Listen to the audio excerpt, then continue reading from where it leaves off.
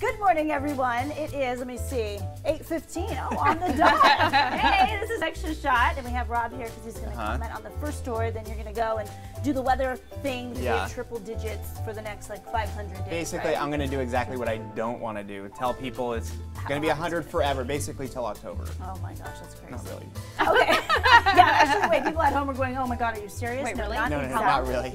We do have another guest here. Yes. And Dina's going to introduce her in just a moment. Yes. She is standing by via Skype. This is cool. FaceTime Live. Yes, FaceTime this is Christy Yannick, and she is an expert in the medical field, so we're going to talk to her about our first topic in just a minute. And the reason why she is here is because there's this story, and it hit today, and when we learned about it, my initial reaction was one way, social media is another way, which is why controversy, let's talk about it. So I don't know if you guys have heard, an NYPD officer and his baby 2 years later, okay, let me back up. There's an NYPD officer, his name is Wenjin Yu. He died 2 years ago. Him and his fellow patrol officer were in a car 3 years ago, rather. They were in an accident. He died. Apparently, at some point, his wife, who's now his widow, asked to retrieve his sperm. And so she's had it. And now she just delivered a baby, beautiful baby girl. You can see her right there, NYPD, 2 years, almost 3 years after the death. The baby now lives on, and in her father's spirit lives on through her. So I first thought, okay, yes, that accident was terrible. This baby doesn't have a dad, but what a beautiful story that there can be life after death in a whole different way. Yeah. But people online are saying, wait, this is kind of creepy. Yeah, some people we saw were posting messages like, wait a second, he passed away and then she retrieved the sperm. Was he okay with this? Yeah. Other people are saying how selfish of her because now her baby will grow up without a father. So clearly he was in the line of duty, so there might have been a conversation that had happened previously between the two of them. They were married for only 3 months, but I'm sure that they had conversations before, potentially about what would happen when he passed away. So we wanted to bring in an expert because when it comes to reproduction and in vitro and sperm and eggs, and the way that this had to have worked is that she would have retrieved the sperm, as she said, and then it would have needed to be saved in some capacity for her to be able to use it later. And is this a normal thing? And is it normal? So I want to bring in Christy Yannick, who is at the Nevada Center for Reproductive Medicine. Christy, tell everyone what your title is there at the Nevada Center. Hi, everyone. I am a clinical embryologist and an andrologist. And an andrologist. Okay. So tell us what you do from day to day. What does a day in the life look like for you? Well, we are a reproductive clinic here in Northern Nevada, and we help people achieve their goal of having a child. And it's it seems like a really easy concept, and motherhood and fatherhood is a gift, and a child is a gift, and we help people who kind of struggle with infertility. 1 in 8 couples will need some type of assistance getting pregnant. So it's more common than people sometimes think, or people are hyper aware.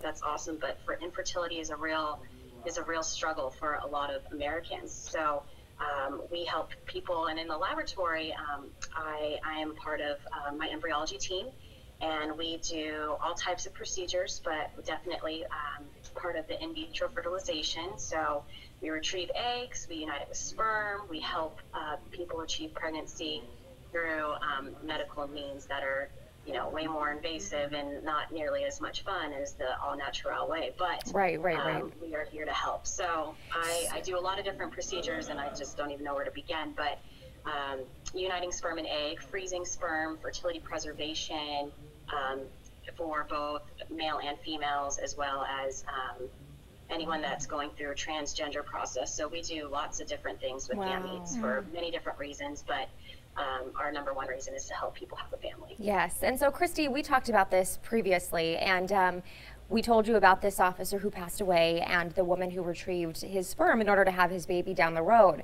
You said it didn't seem completely unheard of, but how would this process have needed to work? How long can somebody's sperm even survive after death? I mean, what does that look like? What does the process look like? Absolutely.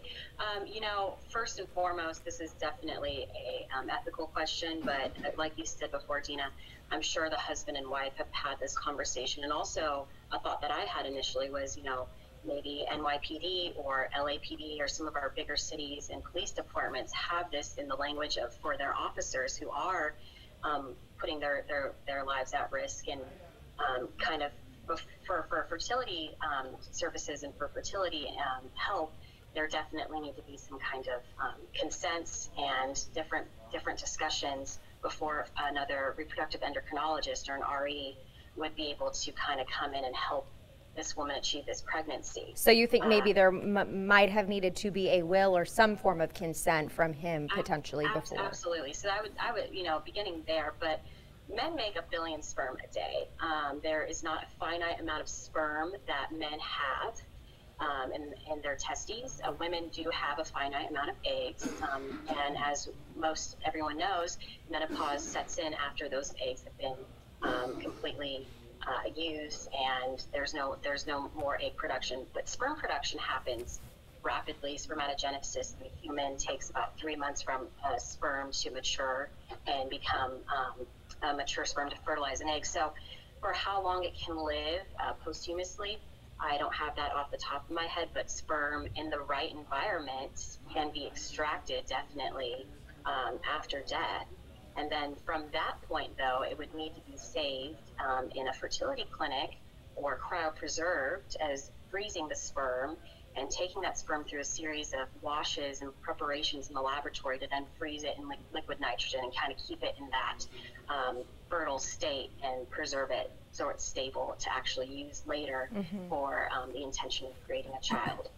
And Megan, did you have a question? Well, I just think of it when I first thought of the story. I thought, well, how is it any different than a woman who says, okay, later on down the road I want to have kids, but I don't want them right now. This is different in the sense that, yes, the man died, and so he is no longer on this earth, yet he is having these children. But for a woman to save her eggs and then want to have her babies later, so to like, what's the big deal? But I understand people are saying it's a little creepy because he's gone, and what did the woman say upon his death when he was shot in the patrol car? Yep.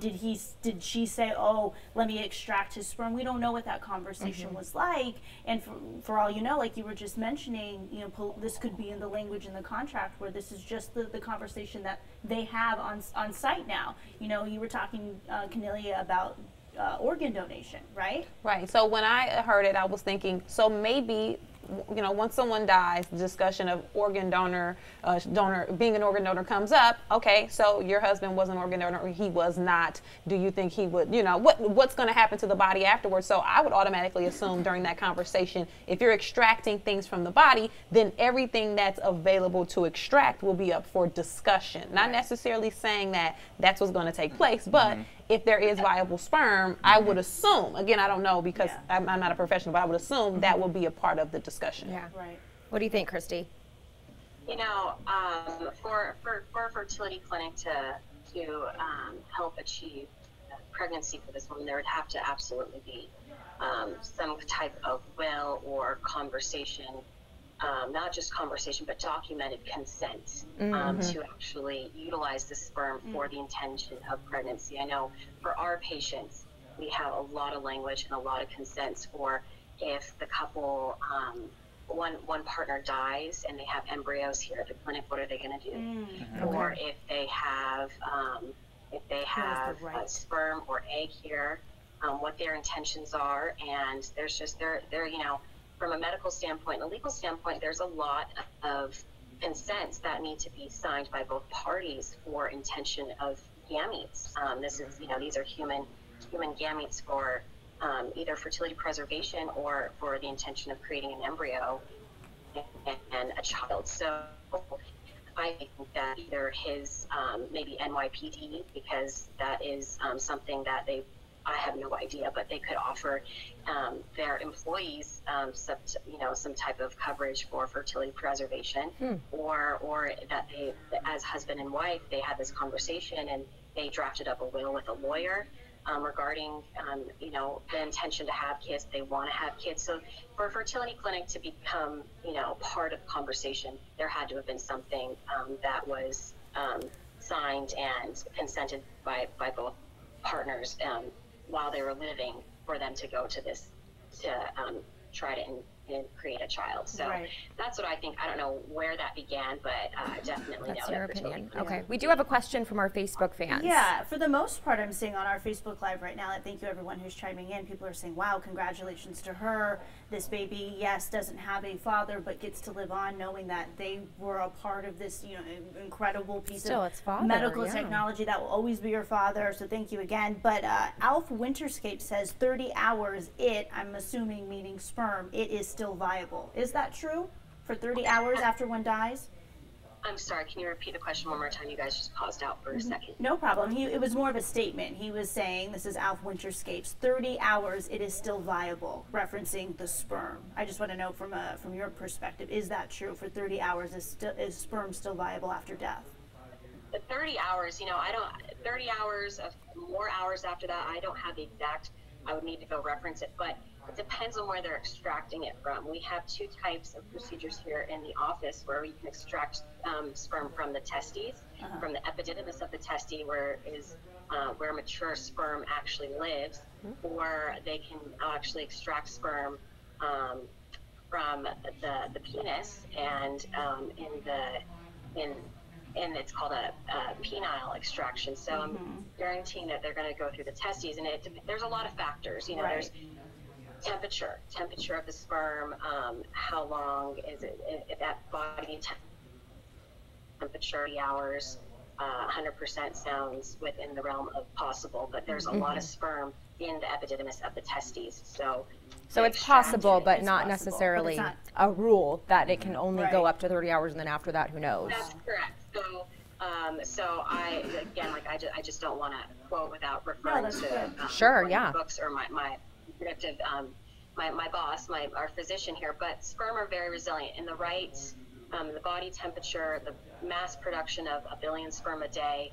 Absolutely, all it takes is one sperm and one egg. So for the sperm to survive in the testes after death is completely accurate and can live for a fair amount of time. So Yeah. Well, I'm so glad that we were able to have this conversation with you. You've given us a lot of information, of course, from a medical you so perspective. So, much. Christy, thank you. And I know a conversation we have often is about vitro and freezing eggs and doing certain things. And so I would love to bring you back if you're so willing to talk to our viewers and to us again in the future. Yeah, it yeah. seems like everyone's really receptive to everything you're saying. So we appreciate the education, and we will talk to you very soon. Yes. I want to get to Rob Carlock. We have you here because you're the Have a only good day. male. Thanks, Yeah. Christy. In the building. You're the only male with in the the building. microphone. Yeah. Now you're the only male on this panel, and from your perspective, from a guy's perspective, what are your thoughts on this? Well, of course, we don't know their back and forth, their conversations, all that stuff. So I can only speak, from my perspective. My wife and I talk about this all the time, and every day it's are we going with 2? Are we going to go for another 3? one. Yeah. So Yeah. you talk about it, and the conversation will change sometimes. Some days we're like, no, 2 is good. 2 is really Never good. again. And then some Too days many? we're like, Yeah. oh, it'd be cute to have another baby around. Sure. So this is something that's always in flux. But I think that she brought up something that I think is really important. Is that we live in a world of legal mumbo jumbo, okay? Go outside, look left, look right.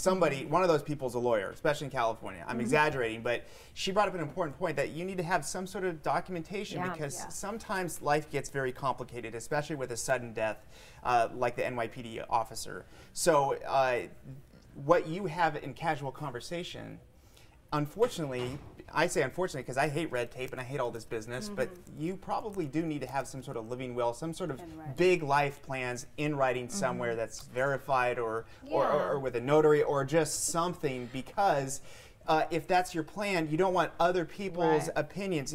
Families are complicated. Yes. If you're fine with your spouse, everything's good, and you want to have 1 million kids, go for it. What if somebody else in the family isn't okay with that? Something happens. Like his mom. Yeah. And The they want to grandparents. start making decisions. No. You guys had your time and all of it. I mean, trust me, this is what happens in families Family sometimes. dynamics, yes. So she brought up a very important point is that I know what I want. I know what my wife wants. Right. We know what we want together. But to make sure that that plan can be enacted in case of a sudden death or an impending death, sometimes there's terminal illness and things like that where people have a little bit more lead time and they are conscious of those decisions, but sometimes it happens very suddenly. And so if you want your plan to go forward, you might need to get a lawyer involved or at least put it in writing somewhere, and that's somehow. what I was thinking as I was hearing her talk. I'm thinking, wow, my husband and I don't have kids yet, but we have had this, to be very honest with you, we've had this conversation. He's going to be going away for a work trip and it's out of the country. And I was joking and I said, hey, before you leave, we should probably make sure that I'm going to be able to have a baby with you because I'm worried about if something ever happens. And it was more like a joke in the beginning, but then we started having the real conversation of, God forbid something ever happens, I want to make sure that personally our wishes together can still be carried out, whatever that may be for both parties.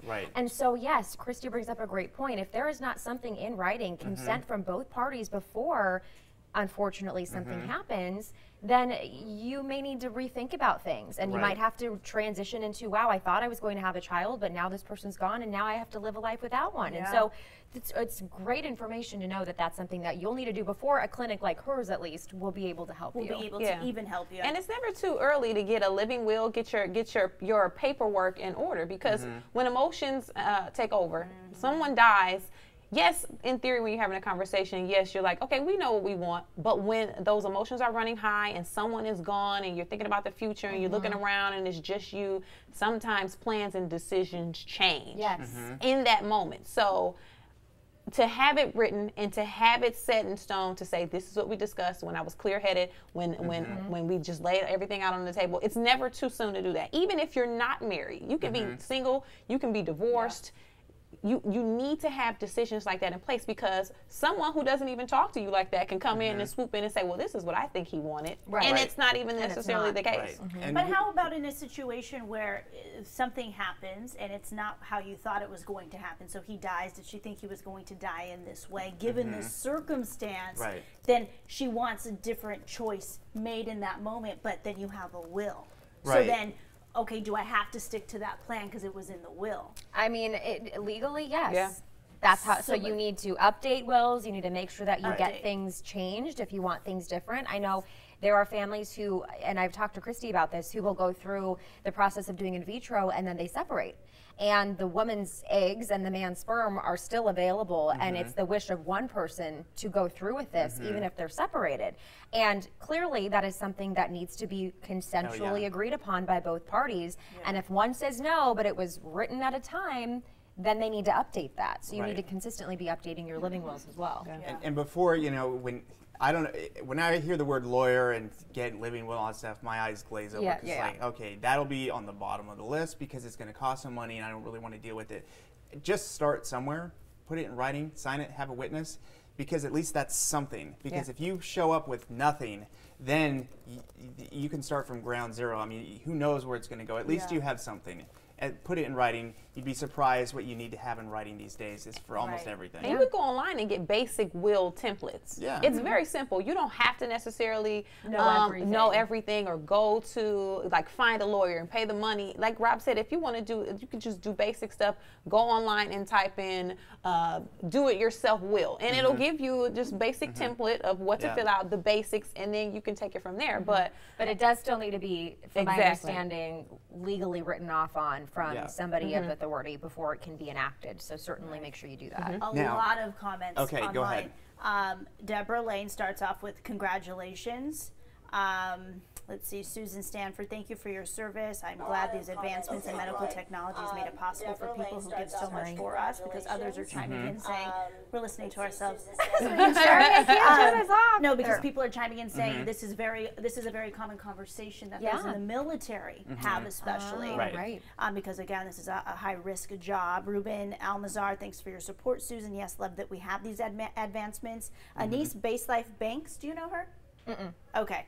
Because she said something, all right, Dina, time to get busy. I need another godson. But anyway, Justin I hope you know her. I know. Living will is a must to protect your wishes. Yeah, because, again, other people, they will interpret things sometimes to their own benefit. I've seen it happen in my own family. I'm just telling you these things happen. So without getting all into the weeds, let's just point this out. This is really what it's all about. And if you heard the story, it was himself and his officer, the father of this child.